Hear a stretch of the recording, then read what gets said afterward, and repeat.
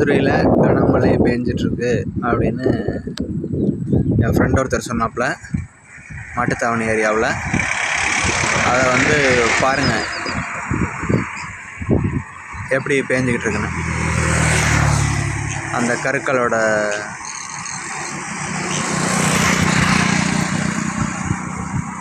Shape எப்படி இருக்குன்னு பாருங்கள்.